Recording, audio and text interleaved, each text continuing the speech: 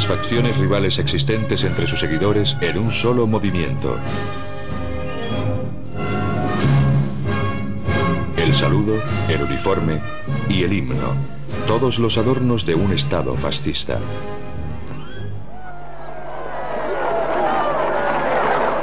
El caudillo se rodeó entonces de todo el boato del poder, incluyendo una guardia de honor formada por tropas moras.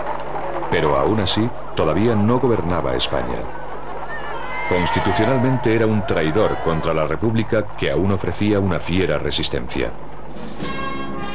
A pesar de las apariencias, la situación de Franco no era tan sólida como parecía. Para ganar la guerra necesitaba más armas, más hombres, y de nuevo se volvió hacia Hitler y Mussolini, asegurándoles que esta también era su cruzada.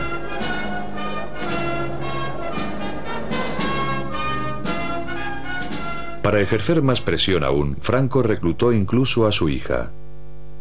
Cuando un día me dijeron que tenía que enfrentarme con unas cámaras porque iban a sacar unos planos y que tenía que decir unas palabras. Oye, nena, ¿qué? ¿quieres decirle algo a los niños alemanes? Bueno, no, pero ¿qué les digo? Lo que quieras. Pido a Dios que todos los niños del mundo no conozcan los sufrimientos y las tristezas que tienen los niños que aún están en poder de los enemigos de mi patria, a los que yo envío un beso fraternal. ¡Viva España!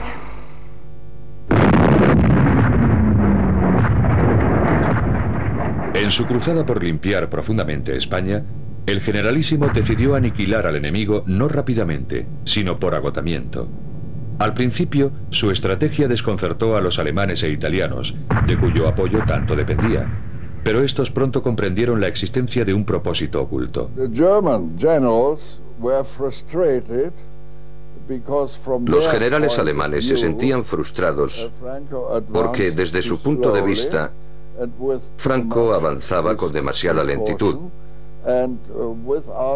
y demasiada precaución, sin correr ningún riesgo, y sospecharon que lo hacía para consolidar su propia situación política.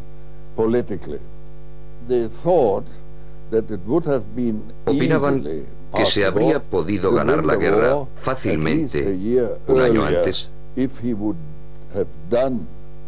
si hubiera puesto en práctica normas estratégicas corrientes. Al prolongar la guerra para garantizar la sumisión absoluta de toda España, Franco hizo que su nación pagara un alto precio. Tras 33 meses de incesante conflicto, el país estaba arrasado. Las bajas se contaban por cientos de miles. Gran número de personas habían perdido su hogar y desfallecían de hambre. Miles huyeron al exilio. Una nación dividida había sido rota en pedazos. En la primavera de 1939, el tímido muchacho que apenas podía sostener un rifle tenía un pueblo a sus pies. Ahora por fin uniría a España en el temor de Dios y devolvería su antiguo esplendor al imperio en decadencia.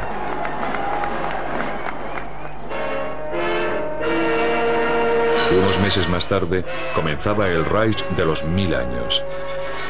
Franco se quedó fascinado por la escala de la ambición de Hitler.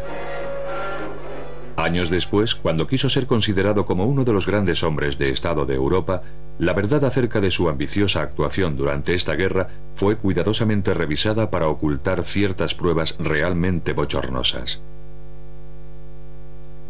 Los seguidores de Franco se han esforzado mucho por convencer al mundo de que su hombre jugó un papel muy astuto durante la Segunda Guerra Mundial y de que, a pesar de las fuertes presiones para que se uniera al eje, se impuso con fuerza para mantener a España al margen de la guerra y de que en realidad no había sido más que un espectador patriótico de aquel gran cataclismo. No obstante, las pruebas que han salido a la luz desde entonces arrojan una gran interrogante sobre aquella benévola interpretación de lo que sucedió verdaderamente y sobre el propio protagonista, un hombre a quien le agradaba sentarse ante este escritorio flanqueado por dos fotografías enmarcadas, una de Benito Mussolini y la otra de Adolfo Hitler. Hoy en día, la mayoría de los españoles reconoce que Franco sentía cierta simpatía por Hitler, pero pocos saben que hubo mucho más. Dear Führer, at the moment when the German armies under your leadership are bringing the greatest battle in history to a victorious close, I would like to express to you my admiration and enthusiasm and that of my people.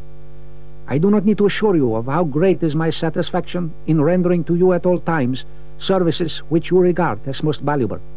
With the expression of my unchanging friendship and regard, General Franco. Detrás de aquellos halagos había un frío cálculo.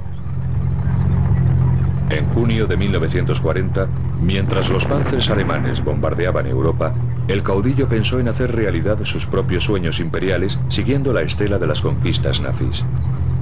Estando Francia ocupada y Gran Bretaña con muchas posibilidades de caer pronto bajo el yugo, Hitler tendría pronto Europa en sus manos.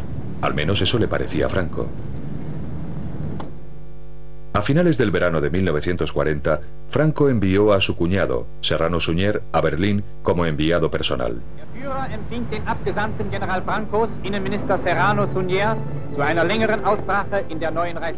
A Serrano se le encomendó que informase a sus anfitriones de que España entraría en guerra en el bando alemán a cambio de ayuda y armas y un buen trozo de África del Norte en donde volver a instaurar el imperio español. A los alemanes no les impresionó la oferta, como descubrió el enviado de Franco en un humillante encuentro con el ministro de Asuntos Exteriores nazi.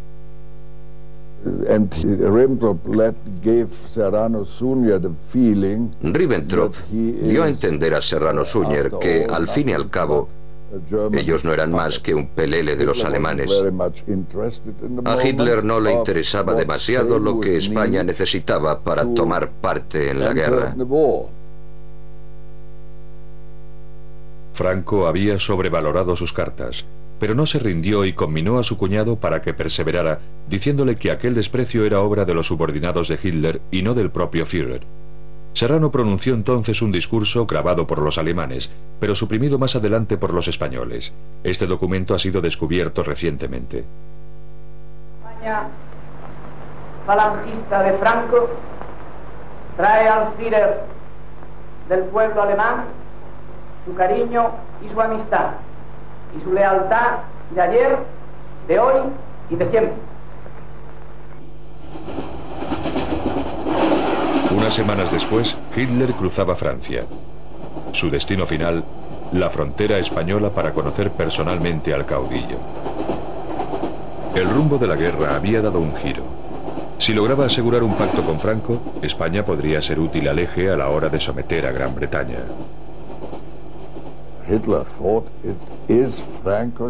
Hitler pensó que Franco tenía el deber de entrar en el bando alemán, como agradecimiento por todo lo que Alemania había hecho por España y por Franco en concreto.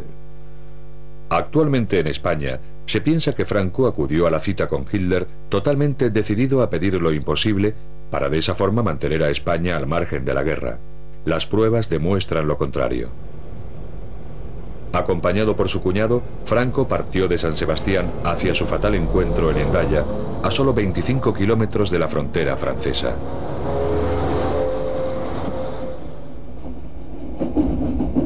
Después del largo viaje a través de Europa, el tren de Hitler llegó a Hendaya bastante antes de la hora concertada para la reunión, las 3 de la tarde. El tren de Franco se retrasó, pero no fue, como afirman sus seguidores, un plan pensado para debilitar a Hitler. Todo lo contrario. Y salimos con mucho tiempo para llegar antes de la hora convenida y estar esperando un poquito. Y Franco tenía, es comprensible, el prurito de decir, en punto. El servicio ferroviario español era malísimo, estaba destrozado después de la guerra interna. Y llegamos a Hendaya con 5 minutos de retraso. Franco iba nervioso y los 5 minutos de retraso le produjeron un gran disgusto.